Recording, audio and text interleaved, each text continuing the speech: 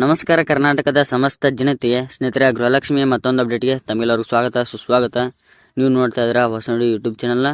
ಸ್ನೇಹಿತರೆ, ತಮಗೆಲ್ಲ ತಿಳಿದ್ರ ಹಾಗೆಯೇ ಗೃಹಲಕ್ಷ್ಮಿ ಯೋಜನೆಯ 10ನೇ ಕಂತಿನ ಹಣವನ್ನು ಜಿಲ್ಲಾವಾರು ರೀತಿಯಲ್ಲಿ ಎಲ್ಲ ಫಲಾನುಭವಿಗಳ ಖಾತೆಗೆ ಈಗಾಗಲೇ ಹಣವನ್ನು ಜಮಾ ಮಾಡಿದ್ದಾರೆ.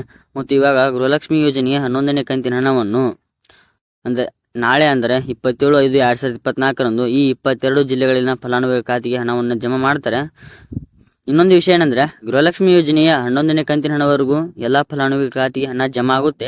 ಮತ್ತು ಇನ್ನು ಮುಂದೆ 12ನೇ ಕಂತಿನ ಹಣ ಬರುತ್ತಾ ಅಥವಾ ಬರಲ್ಲ ಎಂದು ಲಕ್ಷ್ಮೀ ಹೆಬ್ಬಾಳ್ಕರ್ ಅವರು ಒಂದು ಸ್ಪಷ್ಟನೆಯನ್ನು ನೀಡಿದ್ದಾರೆ. ಆ ಒಂದು ಸಂಪೂರ್ಣವಾದ ಮಾಹಿತಿಯನ್ನು ತಿಳಿಸಿಕೊಡೋಕ್ಕಿಂತ ಮೊದಲು ಇನ್ನು ನಮ್ಮ ಚಾನಲ್ಗೆ ಯಾರು ಸಬ್ಸ್ಕ್ರೈಬ್ ಆಗಿಲ್ಲ ನೋಡಿ, ಸಬ್ಸ್ಕ್ರೈಬ್ ಆಗಿ ಮತ್ತು ಬೆಲ್ ಐಕನ್ ಅಲ್ಲಿಗೆ ಸೆಟ್ ಮಾಡ್ಕೊಳ್ಳಿ. ಯಾಕೆಂದರೆ ನಾವು ಯಾವುದೇ ಹೊಸ ಥರದ ವಿಡಿಯೋ ಬಿಟ್ಟರು ಕೂಡ ನಿಮಗೆ ನೋಟಿಫಿಕೇಶನ್ ಅಂದರೆ ಮೆಸೇಜ್ ಮೂಲಕ ಬಂದು ತಲುಪುತ್ತದೆ. ಸ್ನೇಹಿತರೆ, ಈಗಾಗಲೇ 10ನೇ ಕಂತಿನ ಹಣವನ್ನು ಜಿಲ್ಲಾವಾರು ರೀತಿಯಲ್ಲಿ ಎಲ್ಲ ಫಲಾನುಭವಿಗಳ ಖಾತೆಗೆ ಹಣವನ್ನು ಜಮಾ ಮಾಡಿದ್ದಾರೆ. ನಾಳೆ ಅಂದರೆ 27/5/2024ರಂದು ಈ 22 ಜಿಲ್ಲೆಗಳಿನ ಫಲಾನುಭವಿಗಳ ಖಾತೆಗೆ 11ನೇ ಕಂತಿನ ಹಣವನ್ನು ಜಮಾ ಮಾಡ್ತಾರೆ. ಬನ್ನಿ ಹಾಗಾದ್ರೆ ಆ 22 ಜಿಲ್ಲೆಗಳಲ್ಲಿ ಹೆಸರನ್ನ ತಿಳಿಸಿಕೊಡ್ತೀನಿ. ಬಾಗಲಕೋಟೆ, ಬೆಳಗಾವಿ, ಬಳ್ಳಾರಿ, ಚಿಕ್ಕಬಳ್ಳಾಪುರ, ಚಾಮರಾಜನಗರ, ಚಿತ್ರದುರ್ಗ, ದಕ್ಷಿಣ ಕನ್ನಡ, ಗದಗ್, ಧಾರವಾಡ, ದಾವಣಗೆರೆ, ಕಲಬುರಗಿ, ಹಾಸನ, ಮೈಸೂರು, ಕೋಲಾರ, ರಾಯಚೂರು, ಶಿವಮೊಗ್ಗ, ಉಡುಪಿ, ಯಾದಗಿರಿ, ತುಮಕೂರು, ಬೆಂಗಳೂರು ನಗರ, ಬೆಂಗಳೂರು ಗ್ರಾಮಾಂತರ, ಕೊಪ್ಪಳ, ವಿಜಯಪುರ ಈ 22 ಜಿಲ್ಲೆಗಳಲ್ಲಿನ ಫಲಾನುಭವಿಗಳ ಖಾತೆಗೆ ನಾಳೆ ಅಂತಾರೆ 27/5/2024ರಂದು ಗೃಹಲಕ್ಷ್ಮಿ ಯೋಜನೆ 11ನೇ ಕಂತಿನ ಹಣವನ್ನು ಜಮಾ ಮಾಡ್ತಾರೆ.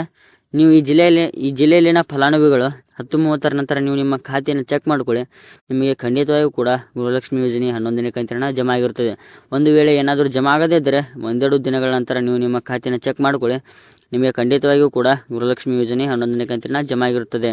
ಸ್ಟಾರ್ಟ್ ಮಾಡೋಕ್ಕಿಂತ ಮೊದಲೇ ಹೇಳಿದ್ನಲ್ಲ, ಗೃಹಲಕ್ಷ್ಮಿ ಯೋಜನೆಯ 11ನೇ ಕಂತಿನ ಹಣವನ್ನು ಎಲ್ಲ ಫಲಾನುಭವಿಗಳ ಖಾತೆಗೆ ಜಮಾ ಮಾಡ್ತಾರೆ.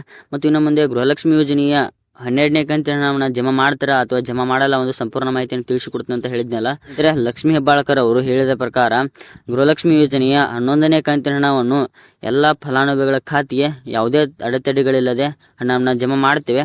12ನೇ ಕಂತಿನ ಹಣದ ಬಗ್ಗೆ ಒಂದು ಆಲೋಚನೆಯನ್ನು ಮಾಡಿ ನಿಮಗೆ ತಿಳಿಸ್ತೀವಿ ಅಂತ ಒಂದು ಸಂಪೂರ್ಣವಾದ ಮಾಹಿತಿಯನ್ನು ತಿಳಿಸಿಕೊಟ್ಟಿದ್ದಾರೆ.